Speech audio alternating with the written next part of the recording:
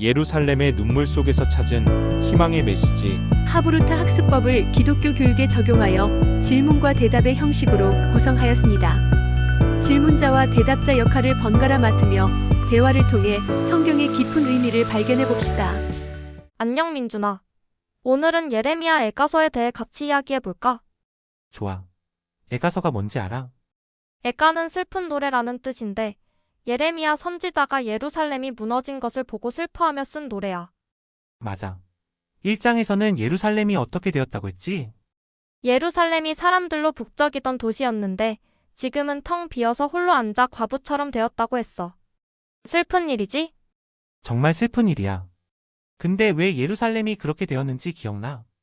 사람들이 하나님께 죄를 많이 지어서 그렇게 되었대. 하나님의 말씀을 안 듣고 우상을 섬겼거든. 그래서 하나님이 벌을 내리신 거구나. 예루살렘 백성들이 어떻게 되었는지 기억나? 적들에게 잡혀가고 배고프고 울면서 도움을 청했지만 아무도 도와주지 않았어. 궁금한 게 있는데 왜 하나님은 자기 백성들을 그렇게 벌하셨을까? 하나님은 공의로우신 분이라서 죄는 반드시 벌하셔야 해. 자기 백성들이라도 죄를 지으면 벌을 받아야 한다는 걸 알려주신 것 같아. 그럼 예레미야는 어떤 마음이었을까? 예레미야는 정말 슬펐을 것 같아. 자기 나라와 백성들이 망하는 걸 직접 보니까 얼마나 마음이 아팠을까? 1장 16절에서는 내가 이로 말미암아 우니 내 눈에서 눈물이 물같이 흐름이로다라고 했어. 맞아. 2장에서는 하나님의 진노에 대해 더 자세히 말해주는데 어떤 내용이었지? 하나님이 얼마나 진노하셨는지 구름으로 이스라엘을 덮으시고 성전과 성벽을 다 무너뜨리셨대. 정말 무서운 일이야. 그런데 왜 예레미야는 이런 슬픈 노래를 기록했을까? 그냥 잊어버리면 안 될까? 좋은 질문이다. 나는 예레미야가 사람들이 자신들의 죄를 깨닫고 하나님께 돌아오길 바랐기 때문인 것 같아. 역사에서 배우지 않으면 같은 실수를 반복한다잖아. 그렇구나. 그런데 애가서가 다 슬픈 내용만 있는 건 아니지? 3장에서 희망의 메시지가 있었던 것 같은데? 맞아. 3장에서는 갑자기 분위기가 바뀌어. 22절부터 23절에서 여호와의 인자와 긍휼이 무궁하심으로 우리가 진멸되지 아니함이니이다. 이것들이 아침마다 새로우니 주의 성실하심이 크시도소이다라고 했어. 우와, 그럼 모든 게 끝난 게 아니라 아직 희망이 있다는 거네. 서연 맞아.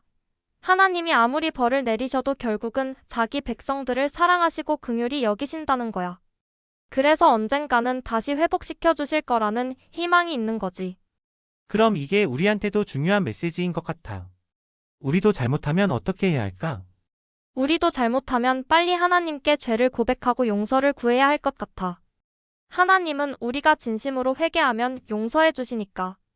3장 25절에는 기다리는 자에게 여호와는 선하시며 그를 찾는 영혼에게 선하시도다라고 했는데 이건 무슨 뜻일까? 그건 우리가 어려운 일이 있어도 참고 하나님을 기다리면 하나님이 좋은 것으로 갚아주신다는 뜻 같아. 인내심을 가지고 하나님을 신뢰하라는 메시지인 것 같아.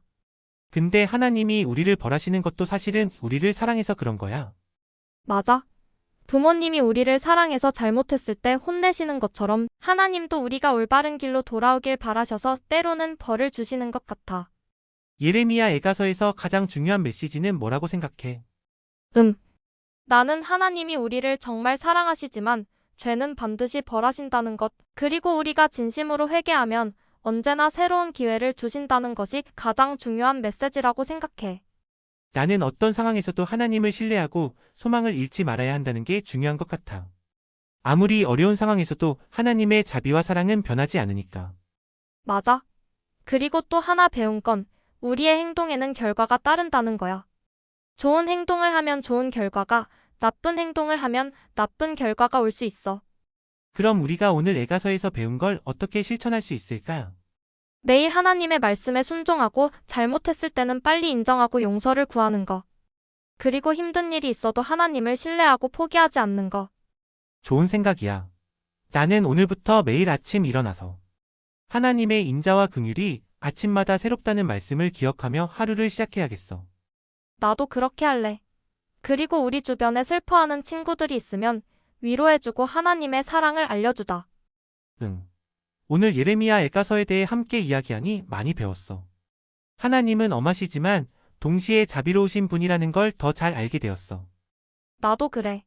다음 시간에도 애가서를 이어서 같이 나눠보자. 이상 하나님의 말씀이었습니다. 감사합니다.